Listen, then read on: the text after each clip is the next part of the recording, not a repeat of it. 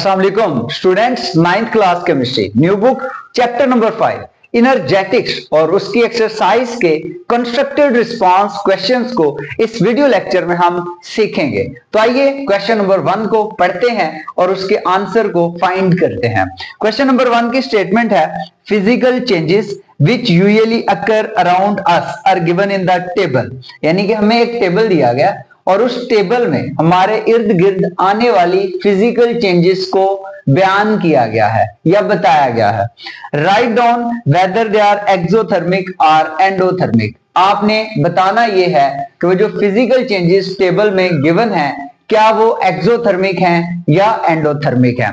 हमें यहाँ पे टोटल 8 फिजिकल चेंजेस के बारे में बताया गया है और हमने पहचानना है कि ये फिजिकल चेंज एक्सोथर्मिक है या एंडोथर्मिक है। पहली जो फिजिकल चेंज है उसमें देखें conversion of hydrated salt into anhydrous salt. आपने बताना यह है कि जब हम हाइड्रेटेड साल्ट को एनहाइड्रस साल्ट में कन्वर्ट करते हैं तो ये एक्सोथर्मिक रिएक्शन होता है या एंडोथर्मिक रिएक्शन होता है। भाई देखो, जो आपके पास हाइड्रेटेड साल्ट होता है ना उसमें वाटर के पार्टिकल्स मौजूद होते हैं, वाटर के मॉलिक्यूल्स मौजूद होते हैं। तो हाइड्रेटेड साल्ट को जब एनहाइड्रस साल्ट में कन्वर्ट करना हो, एनहाइड्रस साल्ट वो साल्ट जिसमें वाटर वेपर्स मौजूद ना हो या वाटर पार्टिकल मौजूद ना हो, ठीक है। तो जब आपने जो है हाइड्रेटेड साल्ट को एनहाइड्रस साल्ट में जो है वो कन्वर्ट करना है तो ये जो आपके पास चेंज आएगी इस चेंज को आप कहेंगे एंडोथर्मिक चेंज। यानी कि आपके पास जो फर्स्ट चेंज है उसे आप बोलेंगे एंडोथर्मिक चेंज। देखो वाटर के मॉलिक्यूल जो है ना वो एनहाइड्रस फॉर्म में जो है वो तब जाएंगे जब वो एनर्जी अब्सॉर्ब करेंगे। तो जिस प्रोसेस में एनर्जी अब्सॉर्ब होती है वो एक एंडोथर्मिक प्रोसेस है। दूसरे नंबर पे है बर्निंग ऑफ पेपर, पेपर को जलाना। तो आप जो है कंबशन का कोई भी प्रोसेस करें तो वो एक एक्सोथर्मिक प्रोसेस होता है। तो इसलिए आपके पास बर्निंग ऑफ पेपर जो है ये कौन सा प्रोसेस है, एक्सोथर्मिक प्रोसेस, क्योंकि जब हम पेपर को जलाएंगे तो हीट इवॉल्व होगी। थर्ड देखें फिजिकल चेंज वेपराइजिंग लिक्विड नाइट्रोजन। आपके पास नाइट्रोजन है और वो नाइट्रोजन लिक्विड फॉर्म में है, आपने उस लिक्विड नाइट्रोजन को वेपराइज करना है यानी कि उसको वेपर्स की सूरत में चेंज करना है। तो लिक्विड नाइट्रोजन को वेपर्स, लिक्विड को जब भी आप वेपर्स की सूरत में चेंज करते हो इस प्रोसेस का नाम होता है एवेपोरेशन और एवेपोरेशन एक एंडोथर्मिक प्रोसेस है। इसलिए जो आपके पास थर्ड फिजिकल चेंज है वो भी एंडोथर्मिक इन नेचर है। फोर्थ फिजिकल चेंज की तरफ देखें evaporation of dry ice. Dry ice, dry ice क्या है, solid carbon dioxide, solid carbon dioxide है उसकी आपने जो है वो करवानी है एवेपोरेशन।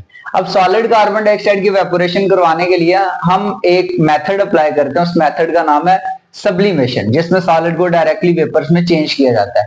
तो जाहिर है जब आपके पास सॉलिड कार्बन डाइऑक्साइड है उसको वेपराइज करना है आपने, तो यहां पे इस प्रोसेस में हीट अब्सॉर्ब होगी और जिस प्रोसेस में हीट अब्सॉर्ब होती है वो प्रोसेस आपके पास एंडोथर्मिक होता है। तो इसका मतलब ये हुआ कि जो फोर्थ फिजिकल चेंज हमें गिवन है एवेपोरेशन ऑफ ड्राई आइस वो भी एक एंडोथर्मिक प्रोसेस है।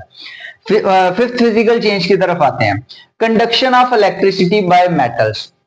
मेटल्स का इलेक्ट्रिसिटी कंडक्ट करना, आपने बताना है कि मेटल इलेक्ट्रिसिटी कंडक्ट करते हैं। अब देखो मेटल की इलेक्ट्रिसिटी के कंडक्शन में जो है वो एंडोथर्मिक या एक्सोथर्मिक चेंज का कोई किरदार नहीं है, ठीक है। होता क्या है, मेटल्स है, मेटल्स में फ्री इलेक्ट्रॉन्स मौजूद होते हैं तो वो मेटल्स फ्री इलेक्ट्रॉन्स की वजह से इलेक्ट्रिसिटी कंडक्ट करते हैं। जब मेटल्स में फ्री इलेक्ट्रॉन की मूवमेंट होती है तो मेटल्स ने इलेक्ट्रिसिटी कंडक्ट करनी है। तो इसका मतलब है कि ये जो conduction of electricity bye metals है ये ना तो एक एक्सोथर्मिक चेंज है ना ही एंडोथर्मिक चेंज है। तो इसके लिए आप लिखोगे नाइदर एंडोथर्मिक नॉर एक्सोथर्मिक, ठीक है, ओके। इसके बाद 6 फिजिकल चेंज की तरफ आए dissolving ammonium chloride in water. आपने अमोनियम क्लोराइड को वाटर में डिजॉल्व करना है। तो जब अमोनियम क्लोराइड को वाटर में डिजॉल्व करेंगे, अमोनियम क्लोराइड एक साल्ट है तो ये साल्ट जो है ये हीट अब्सॉर्ब करता है वाटर के मॉलिक्यूल से। तो इसलिए ये एक जो प्रोसेस है ये एंडोथर्मिक प्रोसेस है। नेक्स्ट देखें हमारे पास जो चेंज है formation of rain from clouds, ये जो बादल हैं इनसे बारिश का बनना, क्लाउड से रेन का बनना, तो ये एक एक्सोथर्मिक प्रोसेस है। ठीक है, ये एक नेचुरल प्रोसेस है और नेचुरल प्रोसेस ज्यादातर जो होते हैं वो एक्सोथर्मिक in नेचर होते हैं, तो ये एक एक्सोथर्मिक प्रोसेस है। Dissolving sodium carbonate in water, जब आप सोडियम कार्बोनेट को वाटर में डिजॉल्व करते हैं ना तो इस प्रोसेस में हीट इवॉल्व होती है। तो जिस प्रोसेस में हीट इवॉल्व हो, आपको पता है कि उस प्रोसेस की जो नेचर है वो एक्सोथर्मिक होती है। तो ये आपके सामने मैंने क्वेश्चन नंबर 1 जो है उसमें आपको 8 फिजिकल चेंजेस जो है वो दी गई थी। आपको पूछा गया था कि उन फिजिकल चेंजेस की नेचर क्या है, एक्सो है या एंडो है, वो हमने डिस्क्राइब कर दिया है। इसी तरह हमारा क्वेश्चन नंबर 1 कंप्लीट होता है। अब आते हैं क्वेश्चन नंबर 2 की तरफ। क्वेश्चन नंबर 2 की स्टेटमेंट को पहले पढ़ें। Explain why the reaction between atmospheric gases oxygen and nitrogen does not take place under normal condition. आपने इस चीज की वजाहत करनी है कि ये जो रिएक्शन है एटमॉस्फेरिक गैसेस के दरमियान, एटमॉस्फेरिक गैसेस ऐसी गैसेस जो एटमॉस्फेयर में मौजूद होती हैं, और हमारे एटमॉस्फेयर में आमतौर पे जो गैसेस मौजूद होती हैं उनमें ऑक्सीजन भी आती है गैस और नाइट्रोजन गैस भी है। तो आपने वजाहत इस चीज की करनी है कि ये जो रिएक्शन होता है एटमॉस्फेरिक गैसेस के दरमियान ये नॉर्मल कंडीशंस पे नहीं होता। ठीक है, इस चीज का पहले जवाब देते हैं कि नॉर्मल कंडीशन पे एटमॉस्फेरिक गैसेस ऑक्सीजन और नाइट्रोजन के दरमियान जो है वो रिएक्शन क्यों नहीं होता। भाई देखो, नाइट्रोजन की पहले बात करते हैं। नाइट्रोजन गैस जो है ये अनरिएक्टिव गैस है एयर में। हवा में अगर हम देखें ना तो नाइट्रोजन गैस जो है ये रिएक्ट नहीं करती। अब क्यों नहीं रिएक्ट करती, उसकी रीजन ये है कि नाइट्रोजन के 2 एटम्स के दरमियान जो है वो एक स्ट्रॉन्ग ट्रिपल कोवेलेंट बॉन्ड मौजूद है, और इस ट्रिपल कोवेलेंट बॉन्ड को ब्रेक करने के लिए जो एनर्जी चाहिए होती है वो चाहिए होती है 958.38 किलो जॉल पर मोल। अब देखें, ये जो इतनी एनर्जी है ये प्रोवाइड करना जो है डिफिकल्ट है। जब हम इतनी एनर्जी प्रोवाइड नहीं कर सकते तो 2 नाइट्रोजन के एटम्स के दरमियान जो बॉन्ड है उसको ब्रेक करना हमारे लिए क्या हो जाता है, मुश्किल हो जाता है। तो जब नाइट्रोजन एटम्स के दरमियान बॉन्ड ही नहीं टूटेगा तो नाइट्रोजन का मॉलिक्यूल जो है वो ऑक्सीजन के मॉलिक्यूल में डिसॉल्व भी नहीं हो सकेगा। तो इसी वजह से आप ये कहते हो कि nitrogen dilute the effect of reactive oxygen gas, यानी कि नाइट्रोजन जो होता है ना ये ऑक्सीजन गैस का जो इफेक्ट है, असर है, उसको कम कर देता है। ऑक्सीजन रिएक्टिव है लेकिन चूंकि नाइट्रोजन अनरिएक्टिव है। नाइट्रोजन क्यों अनरिएक्टिव है, क्योंकि नाइट्रोजन के एटम्स के दरमियान स्ट्रॉन्ग ट्रिपल कोवेलेंट बॉन्ड है और उस बॉन्ड को तोड़ने के लिए एनर्जी ज्यादा चाहिए होती है। इस वजह से आप कहते हो कि नाइट्रोजन गैस जो है वो ऑक्सीजन गैस के साथ जो है वो नॉर्मल कंडीशन पे रिएक्ट नहीं करती। ठीक है, ये पहली बात उसने पूछी थी, उसका जवाब हमने दे दिया है। सेकेंड थिंग उसने पूछी है, but in the presence of lighting these gases react to give NO। लेकिन जैसे ही इन गैसेस को लाइटिंग मिलती है, ठीक है, ये जिस तरह बादल चमकते हैं तो उससे जो लाइटनिंग प्रोड्यूस होती है ना वो जैसे ही मिलती है दोनों गैसेस को तो ये मिल के दोनों गैसेस NO बना देती हैं।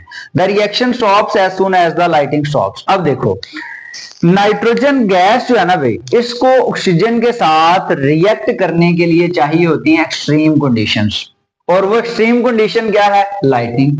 जैसे ही लाइटनिंग मिलती है तो नाइट्रोजन गैस जो है ये ऑक्सीजन गैस के साथ मिल जाती है और मिलके क्या बना देती है, NO। अब लाइटनिंग ऐसा क्या प्रोवाइड करती है कि नाइट्रोजन और ऑक्सीजन दोनों मिल जाती हैं और मिलने के बाद NO बना देती हैं। तो देखें, lightning provide the high activation energy. Lightning ने क्या प्रोवाइड करनी है, high activation energy. Activation energy क्या होती है, एनर्जी की वो मिकदार जिसकी जरूरत पड़ती है रिएक्टेंट्स को प्रोडक्ट्स में कन्वर्ट करने के लिए। रिएक्टेंट्स को प्रोडक्ट में कन्वर्ट करने के लिए एनर्जी की जो मिकदार की जरूरत पड़ती है उसे कहते हैं एक्टिवेशन एनर्जी। और वो एक्टिवेशन एनर्जी इस रिएक्शन में जो है वो कौन प्रोवाइड कर रही है, लाइटनिंग। ठीक है, तो देखिए वही लिखा है, lightning provide the high activation energy needed for oxidation of unreactive nitrogen gas to form NO।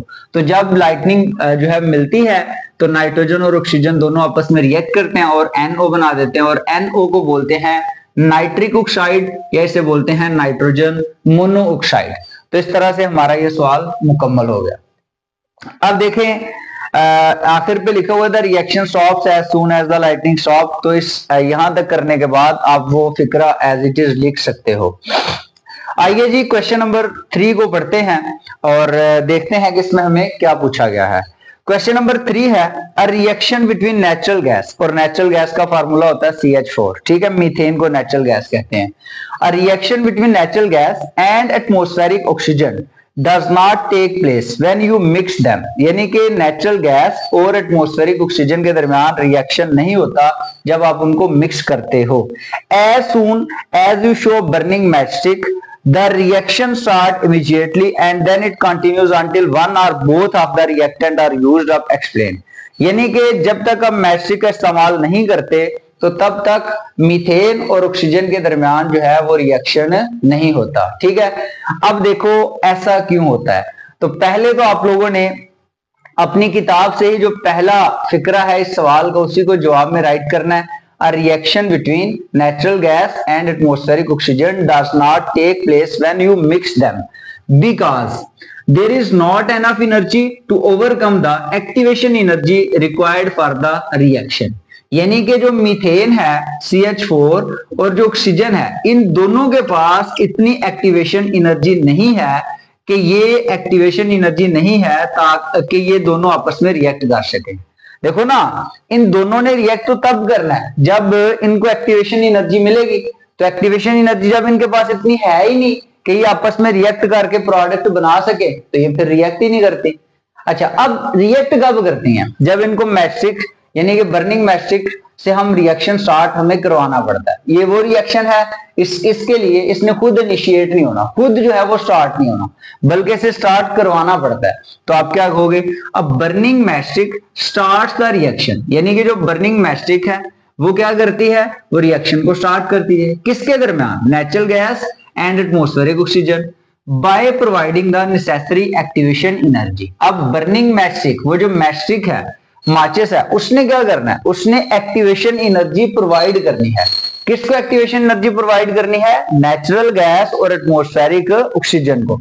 जब इन दोनों को एक्टिवेशन एनर्जी मिलनी है तो क्या होगा कि नेचुरल गैस और एटमॉस्फेरिक ऑक्सीजन के दरमियान रिएक्शन स्टार्ट हो जाएगा, विच विल कंटिन्यू, और ये चलता जाएगा। ये रिएक्शन जो नेचुरल गैस और एटमॉस्फेरिक ऑक्सीजन के दरमियान है ये कंटिन्यू, ये चलता रहेगा until one or both the reactants are used up, और तब तक ये रिएक्शन चलता रहेगा जब तक ये दोनों या इनमें से कोई एक रिएक्टेंट मुकम्मल तौर पे इस्तेमाल नहीं हो जाता। तो देखिए ये तो बड़ा कॉमन सा एक्सपीरियंस है कि घर में आप लोगों ने सिलेंडर जो है, सिलेंडर में 85% जो है वो मीथेन होती है, CH4 होती है, आप उसको इनिशिएट करते हो, आप मैचस्टिक से सिलेंडर को जो है वो ऑन कर दो, चूल्हे को ऑन करते हो, तो चूल्हा तो चलता जाएगा ना जब तक जो है वो मीथेन गैस यानी कि जो सिलेंडर है वो खत्म नहीं होगा। तो उसी तरह है कि खुद इनके दरमियान रिएक्शन स्टार्ट नहीं होता, लेकिन जब हम इनको मैचस्टिक से बर्निंग प्रोवाइड करते हैं तो क्या होता है, रिएक्शन स्टॉप होता है, और सॉरी रिएक्शन स्टार्ट होता है और वहां से इसको एक्टिवेशन एनर्जी मिलती है इसके स्टार्टिंग के लिए, और फिर ये रिएक्शन चलता जाता है और तब तक चलता रहता है जब तक ये दोनों रिएक्टेंट्स या इन दोनों में से कोई एक रिएक्टेंट कंज्यूम ना हो जाए। तो इस तरह से स्टूडेंट्स हम लोगों ने जो है इस वीडियो लेक्चर में कंस्ट्रक्टेड रिस्पांस क्वेश्चन थे 3, उनको सॉल्व आउट किया है। होपफुली आप लोगों ने इस लेक्चर को अंडरस्टैंड किया होगा। अपना ख्याल रखिएगा। अल्लाह हाफिज।